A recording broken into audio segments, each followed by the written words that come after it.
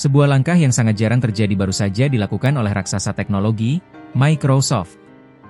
Perusahaan ini secara resmi memblokir akses ke layanan cloud dan artificial intelligence, AI, tertentu bagi salah satu unit di dalam militer Israel, IMOD, Kementerian Pertahanan Israel. Keputusan drastis ini datang setelah sebuah laporan dari The Guardian menemukan bukti bahwa platform cloud Microsoft, Azure, digunakan untuk memata-matai warga sipil Palestina, menyimpan rekaman dan data panggilan telepon mereka tanpa sepengetahuan atau persetujuan mereka. Apakah ini akhir dari kolaborasi tech giant dengan militer Israel, atau hanya sebuah formalitas? Mari kita bedah tuntas.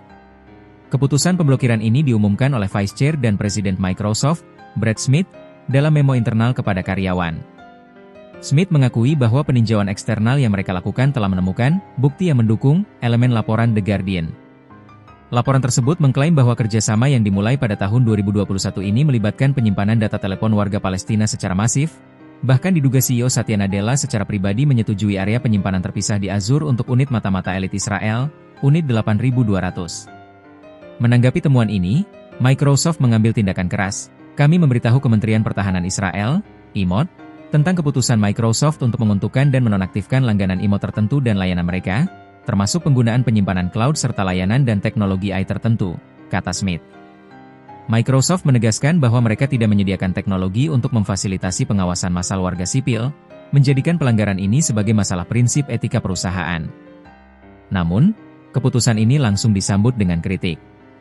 Kelompok aktivis, No Azure for Apartheid, yang telah memprotes hubungan Microsoft dan Israel, menyebut pemblokiran ini tidak cukup. Masalahnya, pemblokiran ini hanya berlaku untuk sebagian kecil layanan dan satu unit di dalam militer Israel. Sebagian besar kontrak Microsoft dengan militer Israel tetap utuh. Keputusan hari ini justru semakin memotivasi kami untuk terus berorganisir sampai semua tuntutan kami dipenuhi, dan hingga Palestina merdeka, ujar Hossam Nasr dari kelompok tersebut. Kekhawatiran lain muncul dari laporan The Guardian yang menyebutkan bahwa militer Israel telah memindahkan sekitar 8 TB data dari Azure segera setelah penyelidikan Microsoft dimulai. Data itu dilaporkan akan dipindahkan ke platform cloud milik kompetitor, Amazon Web Services, AWS. Ini menimbulkan pertanyaan besar. Apakah program mata-mata ini hanya berpindah penyedia layanan, bukan dihentikan? Keputusan Microsoft ini muncul di tengah tekanan intens dari karyawan dan investor agar raksasa teknologi itu meninjau ulang hubungannya dengan Israel terkait operasi militer di Gaza. Ini adalah salah satu contoh paling nyata di mana tekanan internal berhasil memaksa perusahaan besar mengambil tindakan terhadap kontrak militer yang kontroversial. Meskipun demikian, Smith menekankan bahwa keputusan ini tidak membatalkan kontrak Microsoft lainnya dengan pemerintah Israel, termasuk pekerjaan perlindungan siber. Aksi Microsoft ini menjadi preseden penting.